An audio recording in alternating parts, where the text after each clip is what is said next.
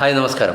എൻ്റെ പേര് ഉണ്ണികൃഷ്ണൻ എന്നാണ്. ഞാൻ മലപ്പുറത്താണ്. മലപ്പുറത്ത് കരിപ്പൂർ എയർപോർട്ടിന് സമീപം കാടപ്പടി എന്ന് പറയുന്ന സ്ഥലത്ത് എക്കോ ഡെക്കോർ വേൾഡ് ഫർണിച്ചേഴ്സ് എന്ന് പറഞ്ഞ ഒരു ഫർണിച്ചർ സ്ഥാപനത്തിൻ്റെ ഉടമയാണ്.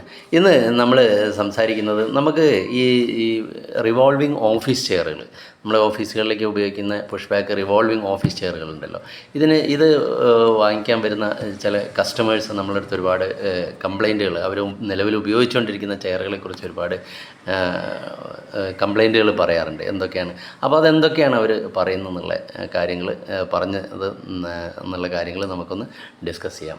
ഓക്കെ, അപ്പോൾ ഇതിൽ മെയിനായിട്ട് കസ്റ്റമേഴ്സ് പറയുന്നൊരു കംപ്ലയിൻ്റ് എന്ന് പറയുന്നത് ഇതിൻ്റെ ഗ്യാസ് ലിഫ്റ്റിങ്.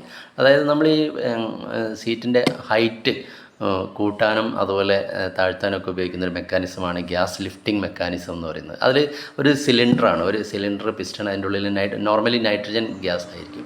അതിൻ്റെ വാൽവുകൾ ഡാമേജ് ആയി കഴിഞ്ഞിട്ടുണ്ടെങ്കിൽ താനെ വാൽവുകൾക്ക് എന്തെങ്കിലും കംപ്ലയിൻ്റ് ഉണ്ടെങ്കിൽ താനെ ഇതിങ്ങനെ സീറ്റിൻ്റെ ഉയരം ഇങ്ങനെ കുറഞ്ഞു വരും നമ്മൾ ഇരിക്കുമ്പോൾ തന്നെ. അപ്പോൾ പിന്നെ ഇടയ്ക്കിടയ്ക്ക് നമ്മൾ എണീറ്റ് അത് പൊന്തിച്ച് കൊടുക്കേണ്ട ഒരു പ്രശ്നം വരാറുണ്ട്. ഇതിൻ്റെ ഒന്നുകിൽ ഇതിൻ്റെ ഉള്ളിൽ സിലിണ്ടറിൻ്റെ ഉള്ളിൽ തുരുമ്പ് കയറുക, അല്ലെങ്കിൽ ഇതിൻ്റെ ആ പിസ്റ്റൻ്റെ ഉള്ളിലുള്ള പ്രശ്നങ്ങളാണ് ഇതിന് കാരണം. അപ്പോൾ ഇത് നമ്മൾ പുതിയ ചെയറുകൾ വാങ്ങിക്കുമ്പോൾ നമ്മൾ ചോദിച്ച് അവരുടെ അടുത്ത് ഇതിൻ്റെ കാര്യങ്ങളെല്ലാം ഡിസ്കസ് ചെയ്യണം. അതിൻ്റെ ഗ്യാസ് ലിഫ്റ്റിംഗ് മെക്കാനിസം എങ്ങനെയാണ്, സ്ട്രോങ് ആണോ? കാരണം നമ്മളൊരു മീറ്റിംഗ് കാര്യങ്ങളൊക്കെ നടന്നുകൊണ്ടിരിക്കുമ്പോൾ നമ്മൾ ആ ചെയറിൻ്റെ ഉയരം ഇങ്ങനെ താഴ്ന്നു പോവുക, താഴോട്ട് പോവുക, ഇടയ്ക്കിടയ്ക്ക് നമ്മളത് ഇങ്ങനെ പൊന്തിച്ചു കൊടുക്കുക എന്നൊക്കെ പറയുന്നത് ഒരു സൗകര്യമുള്ള കാര്യമല്ലല്ലോ. പിന്നെ രണ്ടാമത് വേറൊരു പ്രശ്നം കസ്റ്റമേഴ്സ് പറഞ്ഞു കേൾക്കുന്നത്, ഇതിൻ്റെ വീലുകൾ അകന്ന് പോയി, വീൽ ബേസ്, ചെയർ നമ്മൾ ഫ്ലോറിലിരിക്കുന്ന വീൽ ബേസുകളുണ്ടല്ലോ, അതിങ്ങനെ അകന്ന് പോകുന്ന ഒരു പ്രശ്നം കസ്റ്റമേഴ്സ് പറയുന്നുണ്ട്. അത് നമ്മൾ സ്ട്രോങ് ആയിട്ടുള്ള കാസ്റ്റിംഗ് ആയിട്ടുള്ള ബോഡി കൊണ്ട് ഉണ്ടാക്കിയുള്ള തന്നെ വീൽ ബേസുകളുള്ള ചെയറുകൾ നമ്മൾ സെലക്ട് ചെയ്യാം. പിന്നെ വേറൊരു കാര്യം, ഇതിൻ്റെ ഈ വീലിൻ്റെ ഉള്ളിൽ പിന്നെ മുടി, അതുപോലെ പിന്നെ മണ്ണ്, പിന്നെ അതുപോലെ നൂലുകൾ, ഇതൊക്കെ കുടുങ്ങിയിട്ട് വീല് കറങ്ങാത്ത ഒരു സ്റ്റെക്കപ്പായി പോകുന്ന ഒരു സിറ്റുവേഷൻ. അപ്പോൾ ഒരു സ്ഥലത്തു നിന്ന് വേറൊരു സ്ഥലത്തേക്ക് പോകുമ്പോൾ ഈ പിന്നെ നമുക്ക് അത് വീൽ മൂവ് ചെയ്യില്ല. അപ്പോൾ നമുക്ക് എന്താണെന്ന് വെച്ചിട്ടുണ്ടെങ്കിൽ അതൊരു ബുദ്ധിമുട്ടായി, മീൻസ് ഒരു സ്ഥലത്തുനിന്ന് നമുക്ക് വേറൊരു സ്ഥലത്തേക്ക് ഈസി ആയിട്ട് മൂവ് ചെയ്തുകൊണ്ട് നമുക്ക് വർക്ക് ചെയ്യാൻ പറ്റില്ല. പിന്നെ വീൽ ബേസിൻ്റെ കാര്യം, പിന്നെ ഈ റിക്ലൈനിങ്, പിന്നിലെ നമ്മളെ റിക്ലൈനിങ് ചാരിയിരിക്കുന്ന ഭാഗം, ഈ ചാരിയിരിക്കുന്ന ഭാഗം എന്താണെന്ന് വെച്ചാൽ അത് ഒരിക്കൽ ഇങ്ങനെ തളർന്നു പോകും. അതിൻ്റെ ലോക്കിംഗ് മെക്കാനിസം ഉണ്ട്, ആ റിക്ലൈനിങ് മെക്കാനിസം. ആ ലോക്കിംഗ് മെക്കാനിസം കേടായി കഴിഞ്ഞിട്ടുണ്ടെങ്കിൽ ആ തളർന്ന ഭാഗം അതേമാതിരി നിൽക്കും. പിന്നെ അത് പൂർവ്വസ്ഥിതിയിലേക്ക്, ഇങ്ങോട്ട് പഴയ സ്ഥിതിയിലേക്ക് വരില്ല. ഇതൊരു പ്രശ്നം ആൾക്കാർ പറയാറുണ്ട്. അത് നമ്മളിങ്ങനെ ഒരു പ്രത്യേക ആംഗിളിൽ വെച്ച് കഴിഞ്ഞാൽ പിന്നെ അത് ലോക്ക് ആവാത്ത ഒരു പ്രശ്നം. അതായത് തളർന്ന് അങ്ങോട്ട് ചാരി കഴിഞ്ഞാൽ പിന്നെ അതേമാതിരി തന്നെ നിൽക്കും. അത് ഓട്ടോമാറ്റിക്കായിട്ട് ശരിക്കും അത് തിരിച്ച്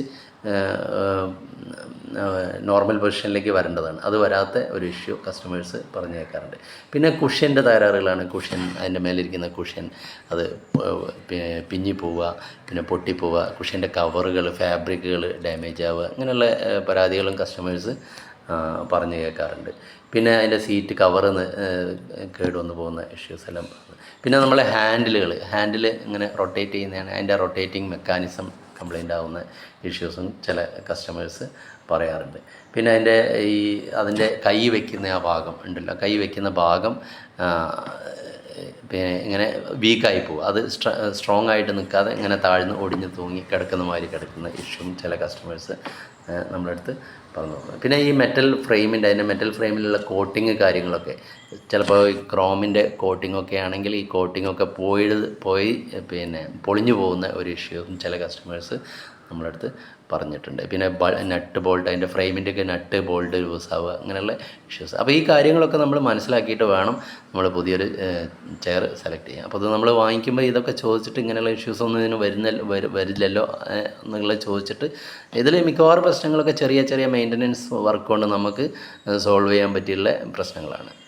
ഓക്കെ, എങ്കിൽ പോലും നമ്മളൊരു നല്ല ഒരു ഗുണമേന്മയുള്ളൊരു ചെയർ നമ്മൾ സെലക്ട് ചെയ്തെടുക്കുകയാണെന്ന് വെച്ചാൽ കുറേ കാലത്തേക്ക് നമുക്ക് ഈ തരത്തിലുള്ള ഇഷ്യൂസൊന്നും വരില്ല. Okay, thank you.